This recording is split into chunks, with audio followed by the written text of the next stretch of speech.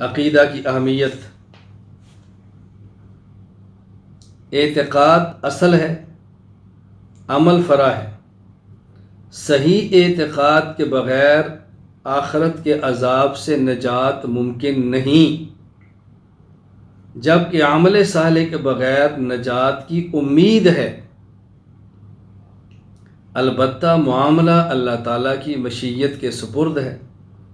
اللہ تعالیٰ چاہیں تو اپنی رحمت سے، اپنے کرم سے، اپنے فضل سے معاف فرما دیں، اور اگر چاہیں تو قانون عدل کے مطابق سزا دے دیں۔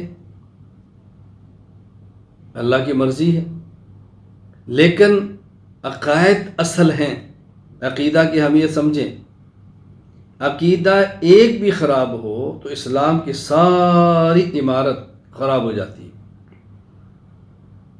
عربی ایک شعر ہے، ان العقائد کلھا اس لاسلام الفتى ان ذا امر واحد من بینہن فقد غوا۔ تمام عقائد انسان کے اسلام کی بنیاد ہیں، اگر ان میں سے ایک بھی عقیدہ چھوڑ دیا تو انسان گمراہ ہوگا۔ فارسی میں کہتے ہیں، خشت اول چو نہت معمار کچ تا سریا میر و دیوار کچ۔ اگر معمار، مستری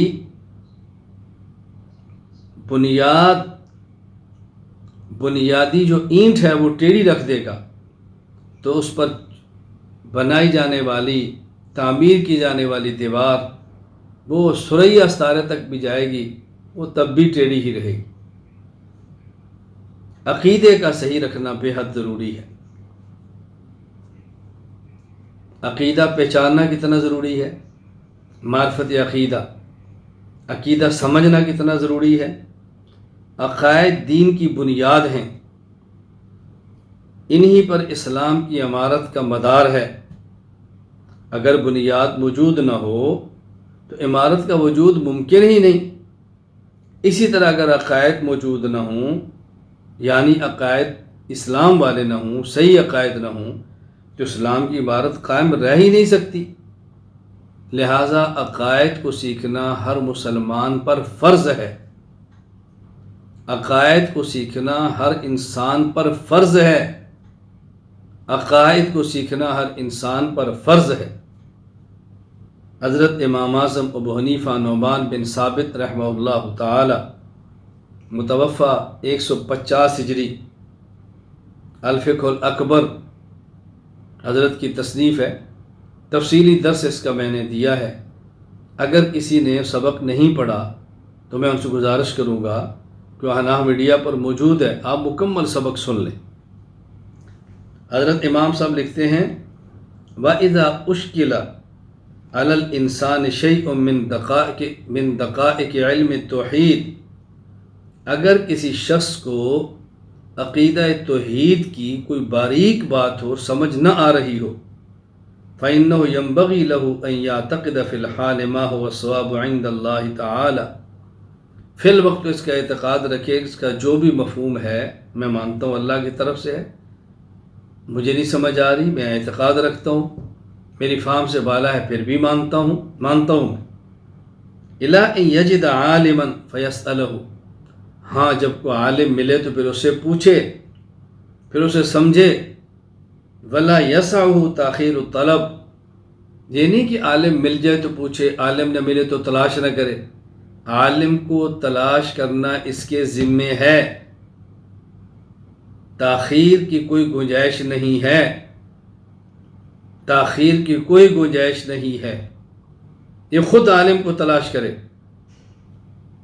عقائد میں سے کوئی بات اس کو سمجھ نہیں آ رہی، اللہ تعالیٰ ہر جگہ پر بھی ہے، عرش پر مستوی بھی ہے، کیا معنی؟ کوئی میں مانتا ہوں، اس کا مفہوم جو بھی ہے میں مانتا ہوں، پھر نکلے علماء کی خدمت میں جائے، سمجھے، ان سے تاخیر نہ کرے۔ اتنی حضرت امام صلی رحمہ اللہ نے بات فرمائی ہے، اتنی مضبوط بات، اندازہ فرمائیں بظاہر کتنی سخت ہے۔